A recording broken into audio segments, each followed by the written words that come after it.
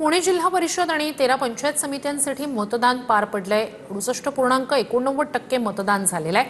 जिल्हा परिषदेच्या 73 गटांसाठी 299 उमेदवार आणि पंचायत समितीच्या 146 गणांसाठी 528 उमेदवार रिंगणात होते।